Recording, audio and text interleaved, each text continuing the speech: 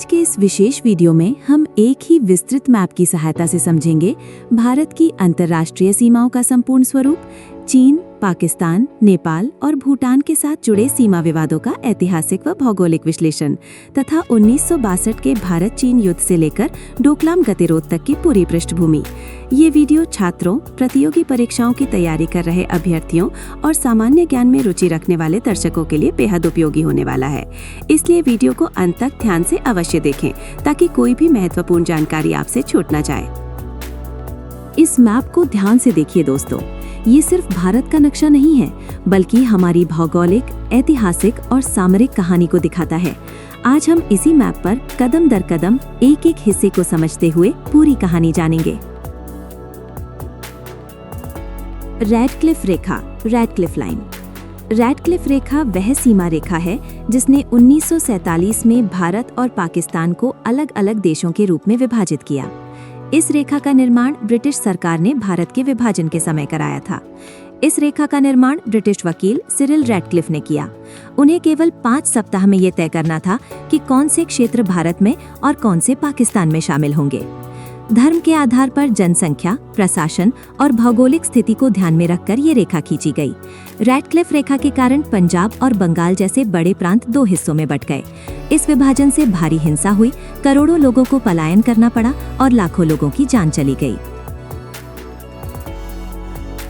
Durand रेखा पाकिस्तान और अफगानिस्तान के बीच अंतर्राष्ट्रीय सीमा मानी जाती है। ये रेखा 1893 में ब्रिटिश भारत और अफगान अमीर अब्दुल रहमान खान के बीच समझौते से तय हुई थी। वाखान कॉरिडोर अफगानिस्तान का एक संकरा भूभाग है जो चीन और ताजिकिस्तान को पाकिस्तान से अलग करता है। इस क्षेत्र में मुख्य रूप से वाखी, पामीरी लोग रहते हैं, जिनकी आबादी लगभग 12,000 घुमंतु है। ये इलाका ऐतिहासिक रूप से एक बफर जोन के रूप में बनाया गया था ताकि ब्रिटिश भारत और रूसी साम्राज्य के बीच सीधा संपर्क न हो। मैप में हरी रंग की रेखा चीन और लद्दाख के बीच की LAC वास्तविक नियंत्रण रेखा को दर्शाती है, जबकि कोका कोला रंग की रेखा चीन के साथ हिमाचल प्रदेश और उत्तराखंड की LAC को दिखाती है। इसे LAC इसलिए कहा जाता है क्योंकि भारत और चीन के बीच यहाँ कोई तय अंतर्राष्ट्रीय सीमा नहीं है, बल्कि ये वो रेखा है जहाँ तक दोनों देशों की सेनाओं का वास्तविक नियंत्रण है। चीन की सीमा भारत के राज्य सिक्किम से भी लगती है। सिक्किम में भारत चीन सीमा अपेक्षाकृत छोटी लेकिन रणनीतिक रूप से बेहद महत्वपूर्ण है। यही डोकलाम क्षेत्र स्थित है जहां 2017 में भारत और चीन के बीच गतिरोध हुआ था। मैकमोहन लाइन लगभग 890 किलोमीटर। मैकमोहन रेखा भारत और चीन तिब्बत के बीच प्रस्तावित अंतर्राष्ट्रीय सीमा है।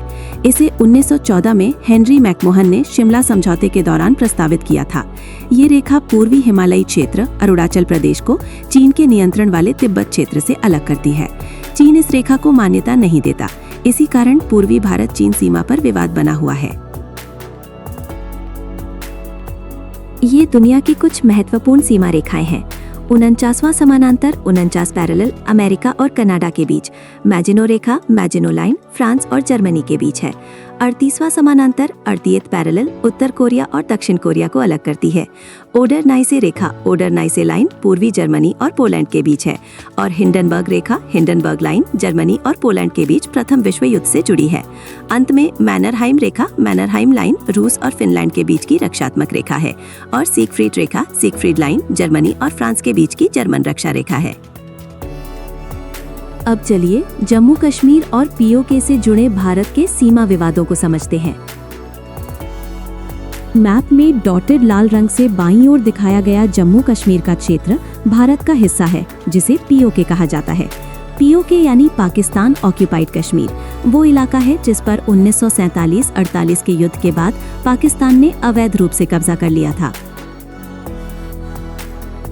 रेड डॉट करगिल का वो क्षेत्र है जो भारत के लद्दाख क्षेत्र में आता है और 1999 में यहाँ भारत पाकिस्तान के बीच करगिल युद्ध हुआ था। ये स्ट्रेटेजिकली बहुत महत्वपूर्ण स्थान है क्योंकि यहाँ से भारत की सीमाओं और श्रीनगर लेह मार्ग की सुरक्षा जुड़ी हुई है। गिलगित बाल्टिस्तान भारत के जम्मू और कश्मीर का एक क्षेत्र है जो वर्तमान में पाकिस्तान के नियंत्रण में है। ये क्षेत्र रणनीतिक रूप से बहुत महत्वपूर्ण है क्योंकि ये भारत, पाकिस्तान और चीन की सीमाओं के निकट स्थित है और यहाँ से कई महत्वपूर्ण पर्वतीय मार्ग गुजरते हैं। 1963 में पाकिस्तान ने 5,800 वर्ग किलोमीटर का शक्सकाम घाटी क्षेत्र चीन को सौंप दिया, जो भारत के लद्दाख क्षेत्र का हिस्सा है और इसे भारत अवैध रूप से कब्जा किया हुआ मानता है। सियाचिन ग्लेशियर, जो लगभग 70 किलोमीटर लंबा है, भारत के नियंत्रण में स्थित है और इसे विश्व की सबसे ऊंचाई पर स्थित सैनिक तैनाती वाली जगहों में से एक माना जाता है। ये ग्लेशियर लद्दाख और पाकिस्तान के गिलगित बाल्टिस्तान क्षेत्र के बीच रणनीतिक रूप से बहुत महत्वपूर्ण है। यहाँ भारतीय सैनिक बेहद कठोर मौसम और कठिन भौगोलिक परिस्थितियों में तैनात हैं, ताकि भारत की सीमा और क्षेत्रीय अखंडता की रक्षा सुनिश्चित की जा सके। अक्साई चीन लगभग 35,241 वर्ग किलोमीटर क्षेत्रफल में फैला हुआ भारत के लद्दाख क्षेत्र का हिस्सा है, लेकिन वर्तमान में चीन के नियंत्रण में है और ये चीन के शिनजियांग प्रांत का हिस्सा माना जाता है। ये क्षेत्र रणनीतिक दृष्टि से अत्यंत महत्वपूर्ण है क्योंकि यहाँ से भारत और चीन की सीमाओं के बीच कई उच्च पर्वतीय मार्ग गुजरते हैं। अक्साई चीन पर नियंत्रण के कारण चीन को इस इलाके में सैन्य और भौगोलिक बढ़त मिलती है।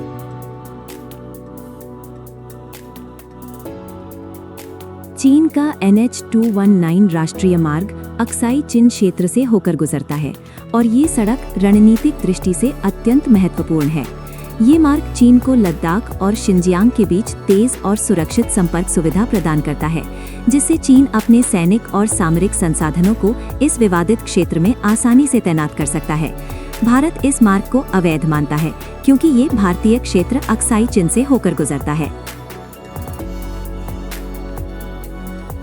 पश्चिमी क्षेत्र की 2,150 किलोमीटर लंबी सीमा जम्मू कश्मीर के रेगिस्तानी और पहाड़ी क्षेत्रों से शुरू होकर लद्दाख तक फैली हुई है और ये सबसे अधिक विवादित सीमा मानी जाती है।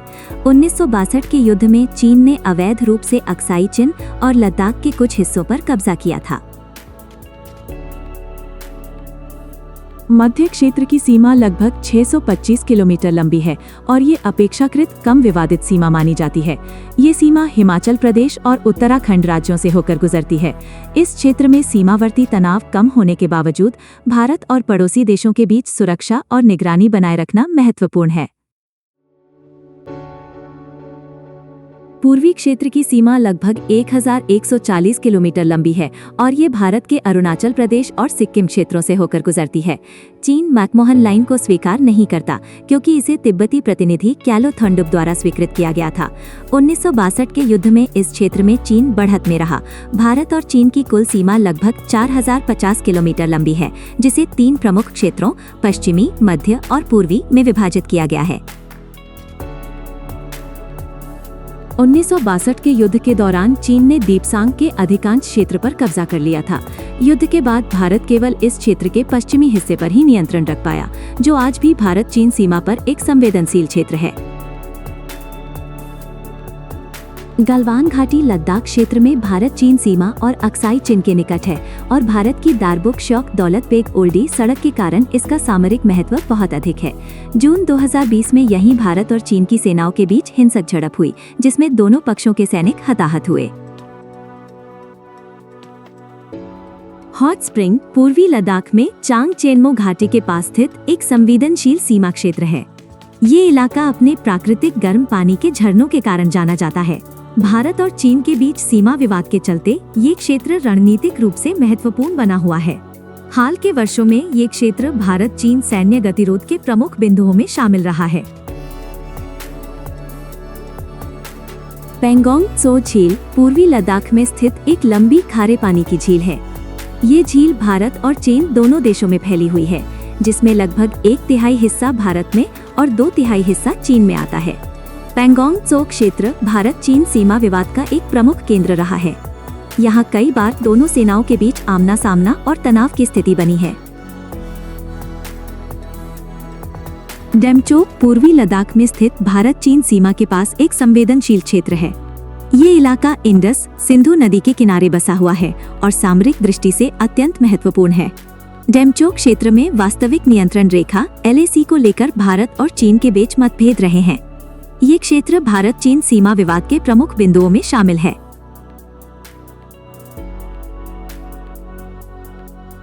चुमार पूर्वी लद्दाख में भारत चीन सीमा के पास स्थित एक रणनीतिक रूप से महत्वपूर्ण क्षेत्र है। ये इलाका डेमचोक के दक्षिण में स्थित है और वास्तविक नियंत्रण रेखा LAC से जुड़ा हुआ है। चुमार क्षेत्र में भारत और चीन के बीच कई बार आमना सामना और तनाव की स्थिति बनी है। यहाँ भारत की स्थिति रणनीतिक रूप से मजबूत मानी जाती है, इसलिए ये क्षेत्र चीन के लिए संवेदनशील रहा है।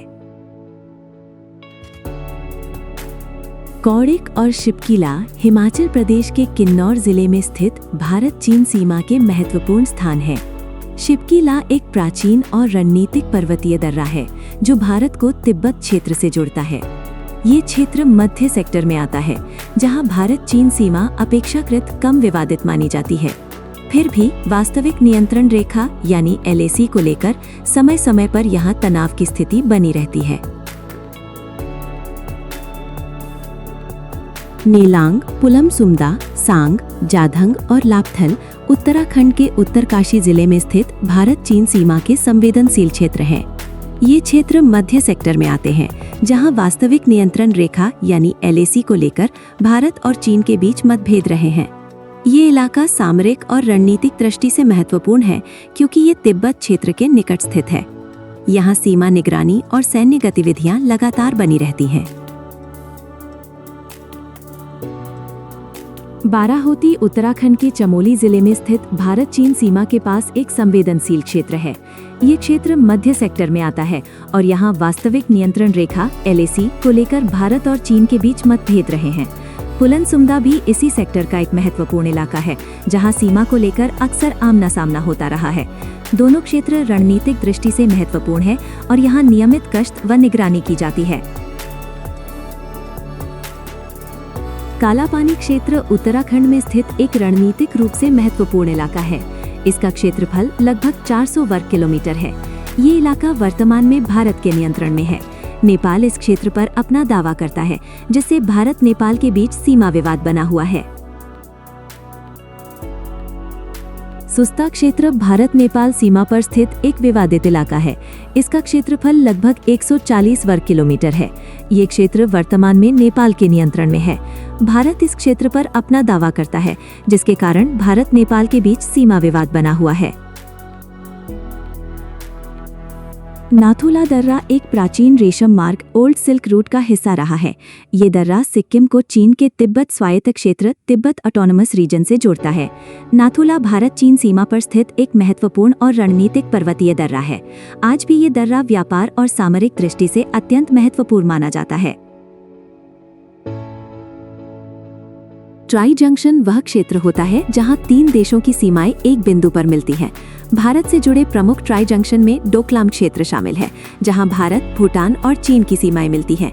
ये क्षेत्र रणनीतिक और सामरिक दृष्टि से अत्यंत संवेदनशील है। ट्राई जंक्शन को लेकर सीमा विवाद और सैन्य तनाव की स्थिति बनी रहती है। डोकलाम एक पठारी क्षेत्र है जो भूटान के क्षेत्र में स्थित है। ये इलाका भारत, भूटान, चीन के ट्राई जंक्शन के पास पड़ता है। डोकलाम का क्षेत्र रणनीतिक रूप से अत्यंत संवेदनशील माना जाता है। यहाँ भारत और चीन के बीच 2017 में तनाव की स्थिति बनी थी, क्योंकि चीन इस क्षेत्र में सड़क निर्माण कर रहा था। सरभांग और गेलेफू के बीच का क्षेत्र, ये क्षेत्र भूटान भारत सीमा से संबंधित है और सरभांग तथा गेलेफू के बीच स्थित है। इस सीमा को लेकर पहले कुछ अस्पष्टताएं थी। 1973 से 1984 के बीच भारत और भूटान के बीच हुई वार्ताओं के माध्यम से इस सीमा को स्पष्ट और परिष्कृत किया गया, जिसके बाद ये क्षेत्र स्पष्ट रूप से निर्धारित सीमा के अंतर्गत आ गया। चीन अरुणाचल प्रदेश के पूरे क्षेत्र लगभग 85,000 वर्ग किलोमीटर को अपना क्षेत्र बताकर दावा करता है। भारत इसे अपना अभिन्न अंग मानता है। 1986 में भारत ने अरुणाचल प्रदेश को पूर्ण राज्य का दर्जा स्टेटहुड प्रदान किया। इसके बाद से अरुणाचल प्रदेश भारत का संवैधानिक रूप से मान्यता प्राप्त राज्य है। अगर ये जानकारी आपको पसंद आई तो वीडियो लाइक करें और चैनल सब्सक्राइब करके हमें प्रोत्साहित करें।